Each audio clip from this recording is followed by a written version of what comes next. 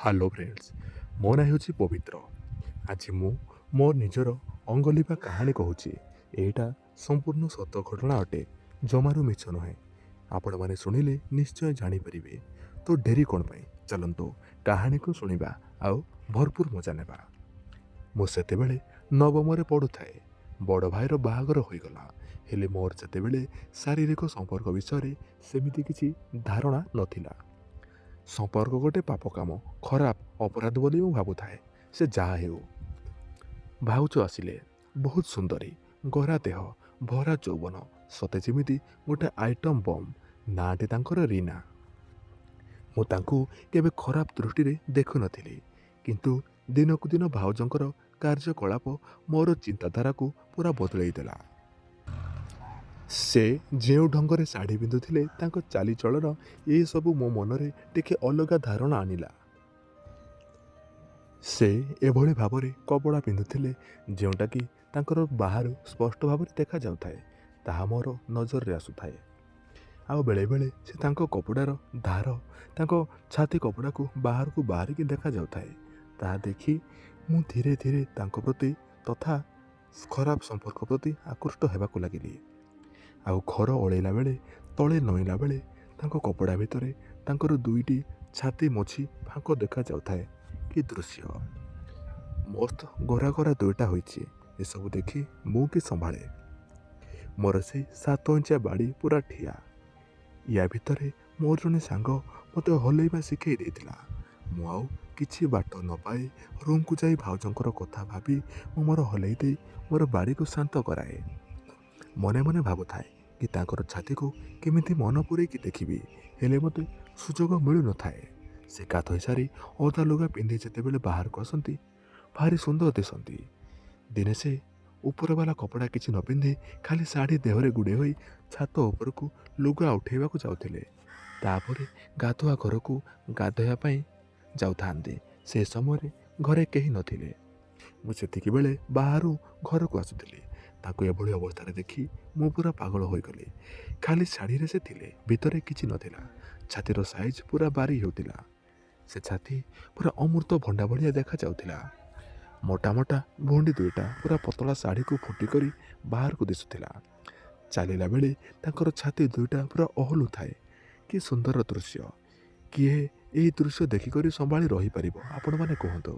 ତାହା ଦେଖି ମୁଁ ଆଉ କ'ଣ କରିପାରିବି, ସିଧା ରୁମ୍କୁ ଗଲି। ଆଉ ମୋର ସେ 7 ଇଞ୍ଚିଆ ଯନ୍ତ୍ରକୁ କାଢ଼ି ବହେ ହଲେଇଲି। ଆଉ ହଲେଇଲା ବେଳେ ତାଙ୍କର ସେଇ ବଡ଼ ବଡ଼ ଛାତି ଆଉ ବଡ଼ ବଡ଼ ଭୁଣ୍ଡି କଥା ଭାବି ମୁଁ ଆହୁରି ଗରମ ହେଉଥାଏ। ସତରେ ସେ ଦୃଶ୍ୟ ଏବେ ବି ମୁଁ ଭୁଲି ପାରେନି। ଦିନେ ଭାଉଜ ଭାଇଙ୍କ ଶ୍ୱଶୁର ଘରକୁ ଯାଇଥାନ୍ତି। ରାତିରେ ତାଙ୍କର ରୁମ୍କୁ ଗଲି। ଆଉ ଭାଉଜଙ୍କର ଯେତେ କପଡ଼ା ଥିଲା ସବୁ କାଢ଼ିଲି। ଆଉ କ'ଣ କ'ଣ ଅଛି ସବୁ ଖୋଜିଲି। ଗୋଟେ ଖରାପ ବହି ଥିଲା, ସେଥିରେ ପୁରା ସବୁ ଖରାପ ଖରାପ ଫଟୋ ଥିଲା। ଆହୁରି ଅଭଦ୍ର ଅଭଦ୍ର ସବୁ ବହି ଗୁଡ଼ାକ ଥିଲା। ସବୁ ସାଥିରେ ଧରିଲି ଆଉ ମୋ ରୁମ୍କୁ ଗଲି। ଆଉ ରୁମ୍କୁ ବନ୍ଦ କରିଲି। ତାପରେ ପ୍ରଥମେ ଭାଉଜଙ୍କର କପଡ଼ାକୁ କାଢ଼ିଲି। ବହୁତ ସୁନ୍ଦର ଲାଗୁଥିଲା। ଭୟରେ ମୋର ହାତ ସାରା ଖାଲି ଦେହ ଥରୁଥାଏ। ଏମିତି କପଡ଼ାକୁ ଦେଖି ମୁଁ ଭାବୁଥାଏ କି ସତେ ଯେମିତି ଭାଉଜ ସେଇଟା ପିନ୍ଧିକି ଛିଡ଼ା ହୋଇଛନ୍ତି। ମୋର ବାଡ଼ି ପୁରା କଠିନ ହୋଇଯାଇଥାଏ। ଆଉ ସେ କଠିନ ବାଡ଼ିରେ ଭାଉଜଙ୍କର କପଡ଼ାକୁ ମୁଁ ଘଷିଲି। ହଠାତ୍ ମୋ ନଜର ପଡ଼ିଲା ତାଙ୍କ କପଡ଼ା ପଟିରେ ଲେଖା ଥିଲା 34D। ମୁଁ ଏବେ ଜାଣୁଛି କି ତାଙ୍କର ସାଇଜ୍ 34 ଥିଲା। ସାରା ରାତି ମୁଁ ସେହି ବହି ସବୁ ଦେଖି 3ରୁ 4 ଥର ହଲେଇଲି। ଶଳା କେବେ ଭାଗ୍ୟରେ ଶିକା ଛିଣ୍ଡିବ, ବହୁତ ସେଇ ଛାତି ସହ ମସ୍ତି କରିବି, ସେଇ ବଡ଼ ବଡ଼ ଭୁଣ୍ଡିକୁ ଚଷିବି। ମୋର ଭାଇ କେତେ ଭାଗ୍ୟବାନ ଯେ ଏଭଳି ଆଇଟମ୍ ବମ୍ଟିଏ ପାଇଛନ୍ତି। କରିବାକୁ ସୁଯୋଗ ମିଳୁ ନ ମିଳୁ, ହେଲେ ଛାତି ସହ ଖେଳିବାକୁ ସୁଯୋଗ ତ ମିଳୁ, ସେତିକି ମୋ ପାଇଁ ଯଥେଷ୍ଟ। ଦିନେ ସୁଯୋଗ ମିଳିଲା। ଭାଇଙ୍କର ରୁମ୍ ମୋ ରୁମ୍ ପାଖରେ। ଥରେ ରାତିରେ ପରିସ୍ରା କରିବା ପାଇଁ ମୁଁ ରାତିରେ ଉଠିଲି। ଯାଉ ଯାଉ ତାଙ୍କ ରୁମ୍ରୁ ଭିନ୍ନ ପ୍ରକାରର ସ୍ୱର ବାହାରୁଥାଏ। କାନ ଡେରିଲି। ଭାଉଜ ଉତ୍ତେଜିତ ହୋଇ ଭାଇଙ୍କୁ କିଛି କହୁଥିଲେ। ସେତେବେଳକୁ ମୋର ଦେହ ହାତ ସବୁ ଥରୁଥାଏ। ସାହସ କରି ଭଲ କରି କାନ ଡେରିଲି। ଭାଉଜ କହୁଥାନ୍ତି, ସେଇଠି, ହଁ, ଆହୁରି ଜୋରରେ, ଆହୁରି ଜୋରରେ। ଏଇଭଳି ସବୁ ଚିତ୍କାର ମୁଁ ଶୁଣିଲି। ମୁଁ ହଠାତ୍ ବୁଝିପାରିଲିନି ଘଟଣାଟା କ'ଣ। ମୁଁ ଭାବିଲି କ'ଣ ଭିତରେ ସବୁ ଚାଲିଛି, ଦେଖିବି ଯେମିତି ହେଲେ ବି। ତାଙ୍କ ରୁମ୍ର ଝରକାରେ ଟିକେ ଫାଙ୍କ ଥିଲା, ତ ଚୁପ୍ କରି ଭିତରକୁ ଅନେଇଲି। ଭିତରେ ଯାହା ଦେଖିଲି ମୋର ହୋସ୍ ଉଡ଼ିଗଲା ଭଳିଆ ଲାଗିଲା। ମୁଁ ବିଶ୍ୱାସ କରିପାରିଲିନି ସତ ଦେଖୁଛି ନା ସ୍ୱପ୍ନ ଦେଖୁଛି, କିନ୍ତୁ ସେଇଟା ସତ ହିଁ ଥିଲା। ଭାଉଜ ମୁହଁ ଉପରକୁ କରି ଶୋଇଥାନ୍ତି। ତାଙ୍କ ଛାତିର କପଡ଼ା ପୁରା ଖୋଲା ଥାଏ, ହେଲେ ଦେହରୁ ଅଲଗା ହୋଇନଥାଏ। ତାଙ୍କର ଛାତି ଦୁଇଟା ଦୁଇ ବାହୁ ଆଡ଼କୁ ମେଲି କରି ପଡ଼ିଥାଏ। ସେତିକି ଦେଖି ମୋର ଶରୀର ପୁରା ଥରିବାକୁ ଲାଗିଲା। ନିଶ୍ୱାସ ଭାରି ଭାରି ଲାଗିଲା।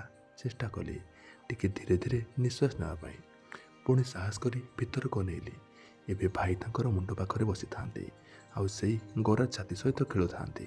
ସତରେ କି ସୁନ୍ଦର ସେଇ ଛାତି ଭାଉଜଙ୍କର, ପୁରା ଗୋରା, ଆଉ ଯେମିତି ଭାବରେ ଦୁଇ ଆଡ଼କୁ ମେଲେଇକି ପଡ଼ିଥାଏ, କେହି ବି ଦେଖିଲେ ଛାଡ଼ିବନି। ତାପରେ ଭାଇ ତାଙ୍କର ଛାତି ଦୁଇଟାକୁ ବହୁତ ତୋଳୁଥାନ୍ତି। ଭାଉଜଙ୍କ ଛାତିରେ ମୁଣ୍ଡି ପାଖରେ ଛୋଟ ଛୋଟ ବିନ୍ଦୁ ବିନ୍ଦୁ ଆକାରର ଜିନିଷ ଗୁଡ଼ା ଛାତିର ସୌନ୍ଦର୍ଯ୍ୟକୁ ବଢ଼େଇ ଦେଉଥାଏ। ବେଳେବେଳେ ଭାଇ ତାଙ୍କର ଛାତିକୁ ପାଟିରେ ପୁରୁଥାନ୍ତି। ଭାଉଜ ଉତ୍ତେଜନାରେ ତାଙ୍କୁ ବାହୁରେ ଚାପି ରଖୁଥାନ୍ତି। ମୁଁ ସେତେବେଳେ ଭାବୁଥାଏ, ଶଳା କେତେ ମଜା ନେଉଥିବେ ଦୁହେଁ। ମୁଁ ଭାଇ ଜାଗାରେ ଥାଆନ୍ତି।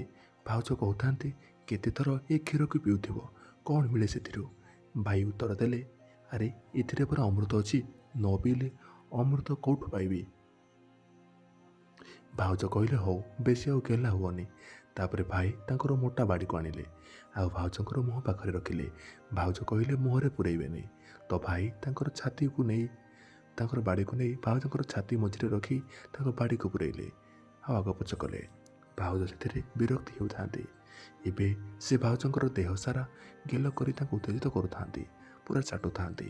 ଭାଇ ବହୁତ ପ୍ରେମରେ କହିଲେ, ଏ ଛାତି ଦୁଇଟା କେଡ଼େ ମଜା ଦେଉନାହାନ୍ତି ମୋତେ। ଆହୁରି ମଜା ଦିଅନ୍ତେ ଯଦି ତୁମେ ନିଜେ ତୁମ ହାତରେ ମୋତେ ଖୁଆନ୍ତ। ହେଲେ ସେ ମନା କଲେ। ବହୁତ ଜିଦ୍ କଲା ପରେ ଯାଇ ମାନିଲେ। ଏବେ ଏହି ଦୃଶ୍ୟ ଆହୁରି ରୋମାଞ୍ଚକ ଥିଲା। ଭାଇ ତଳେ ଶୋଇଲେ, ଆଉ ଭାଉଜ କଷ୍ଟ କରି ଉଠିଲେ, ଆଉ ଭାଇଙ୍କ ଉପରକୁ ଚଢ଼ିଗଲେ। ଶାଢ଼ୀ ପେଟ ତଳକୁ ଖୋଲା ନଥାଏ, ଖାଲି ଛାତିରୁ ଖୋଲା ଥାଏ। ଓଃ କି ଦୃଶ୍ୟ! ଶଳା ସତେ ଯେମିତି ଲାଗୁଥାଏ ପାଗଳ ହୋଇଯିବେ। ସେହି ବଡ଼ ବଡ଼ ଛାତି ଦୁଇଟା ଏବେ ପୁରା ଝୁଲି କରି ରହିଲେ, ସତେ ଯେମିତି ଅମୃତଭଣ୍ଡା ଗଛରେ ବଡ଼ ବଡ଼ ଅମୃତଭଣ୍ଡା ଫଳିଛି। ତାପରେ ସେ ଭାଇଙ୍କୁ କହିଲେ, ପାଟି ଆଁ କର। ସେ ଆଁ କଲେ ଏବଂ ଭାଉଜ ତାଙ୍କର ଦୁଇ ହାତରେ ତାଙ୍କ ଛାତିର ମୁଣ୍ଡିକୁ ତାଙ୍କ ପାଟିରେ ପୁରେଇଲେ। ଭାଇ ସତେ ଯେମିତି ଛୋଟ ପିଲା ଭଳି ପିଇବା ଆରମ୍ଭ କଲେ। ଭାଉଜ ଗୋଟେ ପରେ ଗୋଟେ ଛାତିକୁ ତାଙ୍କୁ ଖୁଆଇଲେ, ହେଲେ ବେଶୀ ସମୟ ଯାଏ ସେମିତି କରିପାରିଲେନି। ଓହ୍ଲେଇ ଗଲେ ଓ କହିଲେ, ଆଉ ପାରିବିନି। ଶଳା ଏଇଭଳିଆ କ୍ଷୀର ପିଆଉଥିଲେ, ଏତେ ଜଲ୍ଦି ହାଲିଆ ହୋଇଗଲେ। ଏବେ କହିଲେ, ନିଦ ଲାଗିଲାଣି, ଜଲ୍ଦି କାମ ଆରମ୍ଭ କର। ଏବେ ଅସଲି ଖେଳ ଆରମ୍ଭ ହେଲା। ଏବେ ଭାଇ ଉପରକୁ ଉଠିଲେ, ଆଉ ତାଙ୍କର ସବୁ ସହ ଉପରକୁ ଟେକିଦେଲେ। ତାଙ୍କର ସେଇ ଗୋରା ଗୋରା ଚଙ୍ଘ ଯିଏ ବି ଦେଖିବ ପୁରା ପାଗଳ ହୋଇଯିବ। ଭାଉଜ ଏବେ ସେଇ ଗୋରା ଗୋରା ଚଙ୍ଘକୁ ମେଲେଇଲେ। ଭାଇ ମଝିରେ ବସିଲେ, ହେଲେ ଶଳା ଭାଗ୍ୟ ଖରାପ, ମୋତେ ତାଙ୍କର ଗାତ ଜମାରୁ ଦେଖା ଯାଉନଥିଲା। ଦୂରରୁ ଖାଲି କଳା କଳା ବାଳ ଦିଶୁଥିଲା। ଭାଉଜ ଭାଇଙ୍କୁ ବିକଳ ହୋଇ ଅନେଇ ରହିଥାନ୍ତି, ଯେମିତି ବର୍ଷେ ହେବ ପେଲା ଖାଇନାହାନ୍ତି। ଏବେ ଭାଇ ତାଙ୍କର ବାଡ଼ିକୁ ବାହାର କଲେ, ପୁରା ଲୁହା ଛଡ଼ ଭଳିଆ ଟାଣ ହୋଇଥାଏ। ମୁଁ ଭାବୁଥାଏ, ଶଳା ଏତେ ବଡ଼ ବାଡ଼ି ସେ ଗାତରେ ପଶିବ ତ? ଏବେ ବାଡ଼ିକୁ ପଶାଇଲେ, ସର୍ଟ କରି ଗଳିଗଲା। ହେଲେ ଭାଉଜ ଚିତ୍କାର କରିବା ଆରମ୍ଭ କଲେ, କାଟୁଛି କାଟୁଛି ବାହାର କରିଦିଅ। କି କଥା ଏଇନା ମାଇକିନା ଭଳିଆ କହିବାକୁ କହୁଥିଲେ, ଏବେ କହୁଛନ୍ତି କାଢ଼ିନିଅ। ଭାଇ କହିଲେ, କିଛି ହେବନି ରହବେ, ଏଥର କରିଲା ପରେ ବି ଏମିତି ହେଉଛୁ, ଚୁପ୍ କର। ବେଶୀ ଦେଖି ହେଉନି ହେଲା। ଆଉ କିଛି ନ ଶୁଣି କରିବା ଆରମ୍ଭ କଲେ। କଚ୍ କଚ୍ କରି ଶବ୍ଦ ଆସୁଥାଏ। ଏବେ ଦୁଇଜଣ ଚିତ୍କାର କରିବା ଆରମ୍ଭ କଲେ। ମୋ ମନେ ମନେ ଭାବୁଥାଏ, ଶଳା ସତେ ଏମିତି କରାକରି ବେଳେ ଏମିତି ହୁଏ ନା କ'ଣ? କେବେ ଏମିତି ଡାଇରେକ୍ଟ ଦେଖିନଥିଲି ତ, ସେଥିପାଇଁ। ତାହା ଦେଖି ମୋର ଦେହର ଟେମ୍ପରେଚର ବଢ଼ି ଯାଉଥାଏ। ଲାଗୁଥାଏ ସତେ ଯେମିତି କାହାକୁ ଗୋଟେ ଆଜି କରି ପକାଇବି। ତାପରେ ମୁଁ ଭଲ ଭାବରେ କାନ ଡେରିଲି କି କ'ଣ କ'ଣ ସେମାନେ କହି ଯାଉଥାନ୍ତି। ସେମାନେ କରାକଳି ବେଳେ ଖରାପ ଭାଷା ନିଜ ନିଜକୁ କହୁଥାନ୍ତି। ଭାଇ କହୁଥାଏ, ଶାଳେ ତୋ ଗାତରେ କେତେ ପାଣି ଅଛି, ସବୁ ଆଜି କାଢ଼ିଦେବି। ତୋର ଗାତକୁ ଆଜି ମୁଁ ଫାଡ଼ିଦେବି। ଭାଉଜ କହୁଥାନ୍ତି, ମରିଗଲି ମରିଗଲି, ସେଇଠି ମୋର କ'ଣ ସବୁ ହୋଇଯାଉଛି ଲୋ। ଭାଇ କହିଲା, ଚୁପ୍ ଚୁପ୍ ହ, ଦେଖ କେତେ ଆଜି ପାଣି ତୋ ଗାତରେ ଭରି ଦେଉଛି। 5ଟା ଛୁଆ ଆଜି ତୋ ପେଟରେ କରିଦେଉଛି। ଭାଉଜ ଏବେ ଖାଲି ଗାଳି ଦେବା ଆରମ୍ଭ କଲେ। ତୋ ବାଡ଼ିକୁ କୁକୁର ଖାଉ, ଭଉଣୀ କିଆ। ଆଜି ମୋର ଫଟେଇ ଦେ, ମୋ ଗାତକୁ ଜୋରରେ କର, ମୋତେ ଆଜି ପୁରା ଖୁସି କରିଦେ। ଆହୁରି ବହୁତ କିଛି ସେ କହୁଥାନ୍ତି।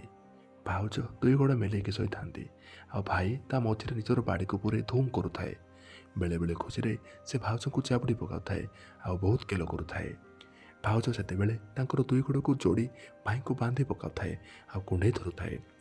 ଏବେ ସ୍ପିଡ୍ ଭାଇ ବଢ଼ାଇଲେ, ତୀବ୍ର ହେଲା ଗତିବିଧି। ଦୁଇଙ୍କର ଚିତ୍କାରରେ ରୁମ୍ ସାରା କମ୍ପି ଉଠୁଥାଏ ଆଉ ଉତ୍ତେଜନାରେ କ'ଣ କ'ଣ ସବୁ କହିଯାଉଥାନ୍ତି ଦୁଇଜଣ। କିଛି ସମୟ ଏମିତି ଚାଲିଲା ପରେ ବୋଧେ ବାହାରି ଗଲା ଦୁଇଜଣଙ୍କର। ଦୁହେଁ ଶାନ୍ତ ହୋଇଗଲେ। ଏବେ ଭାଇ ହାଲିଆ ହୋଇ ଭାଉଜଙ୍କ ଉପରେ ଶୋଇଗଲେ। ଭାଉଜ ତାଙ୍କୁ କୁଣ୍ଡେଇ ଧରିଲେ କିଛି ସମୟ ପର୍ଯ୍ୟନ୍ତ। ତାପରେ ଭାଇ ଉଠିଲେ, ଆଉ ଗୋଟେ କପଡ଼ା ଆଣି ତାଙ୍କର ବାଡ଼ିକୁ ପୋଛିଲେ ଆଉ ଭାଉଜଙ୍କୁ ଗାତକୁ ପୋଛିଲେ। ଭାଉଜ ସେମିତି ତାଙ୍କର ଗାତକୁ ମେଲେଇକି ଗୋଡ଼ ଫାଡ଼ି ମୁକୁଳା ଚାଦରେ ଶୋଇଥାନ୍ତି, ସତେ ଯେମିତି ପୁରା ଗୋଟେ ଖରାପ ମାଇକିନା ଭଳି। ଆଉ ଥରେ ପେଲା ଖାଇବାକୁ ରେଡ଼ି ଅଛନ୍ତି। ଦରକାର ଯଦି ମୋତେ ଡାକିଥାନ୍ତେ। ମୋର ଏଇ 7 ଇଞ୍ଚିଆ ବାଡ଼ିକୁ ପରି ଏମିତି କରିଥାନ୍ତି, ସାରା ଜୀବନ ମୋତେ ଡାକିଥାନ୍ତେ କରିବା ପାଇଁ। ତାପରେ ସେ ଉଠିଲେ ଆଉ ତାଙ୍କର କପଡ଼ାକୁ ପିନ୍ଧିକି ଶୋଇଗଲେ। ଏହା ଥିଲା ମୋର ଲୁଚିକରି ଭାଇ ଭାଉଜଙ୍କର ଶାରୀରିକ ସମ୍ପର୍କ ଦେଖିବା କଥା। ଭାଇ ଭଉଣୀମାନେ ଏହା କେମିତି ଲାଗିଲା ଆପଣମାନେ କମେଣ୍ଟରେ ନିଶ୍ଚୟ ଜଣାଇବେ। ମୁଁ ଆହୁରି ଏହିଭଳି ନୂଆ ନୂଆ ମଜାଦାର କାହାଣୀ ବହୁତ ଜଲ୍ଦି ନେଇ ଆସିବି। ଭାଇ ଓ ଭଉଣୀମାନେ ମୋର ନିଜର ଅଙ୍ଗଲିଭା କାହାଣୀ କେମିତି ଲାଗିଲା କମେଣ୍ଟ କରନ୍ତୁ। ତ ଦର୍ଶକ ବନ୍ଧୁ, ଏଇ ହେଲା ଛୋଟ କାହାଣୀଟି ସମ୍ପୂର୍ଣ୍ଣ ଭାବରେ କାଳ୍ପନିକ ଏବଂ ମିଥ୍ୟା ଅଟେ। ଦୟାକରି ଆପଣମାନେ ଜମାରୁ ଦେହକୁ ନେବେ ନାହିଁ, କେବଳ ମନୋରଞ୍ଜନ ପାଇଁ ଦେଖନ୍ତୁ। ଯଦି ଆପଣମାନେ ଏ ପର୍ଯ୍ୟନ୍ତ ଆମ ଟେଲିଗ୍ରାମ ଚ୍ୟାନେଲରେ ଜଏନ୍ ହେଇନାହାନ୍ତି, ତାହେଲେ ଟେଲିଗ୍ରାମକୁ ଯାଇ ସର୍ଚ୍ଚ କରନ୍ତୁ ଓଡ଼ିଆ ଷ୍ଟୋରି ଅଙ୍କିତ, ଆଉ ଜଲ୍ଦି ଯାଇ ଟେଲିଗ୍ରାମରେ ଜଏନ୍ ହୁଅନ୍ତୁ। ରହୁଛି, ଧନ୍ୟବାଦ।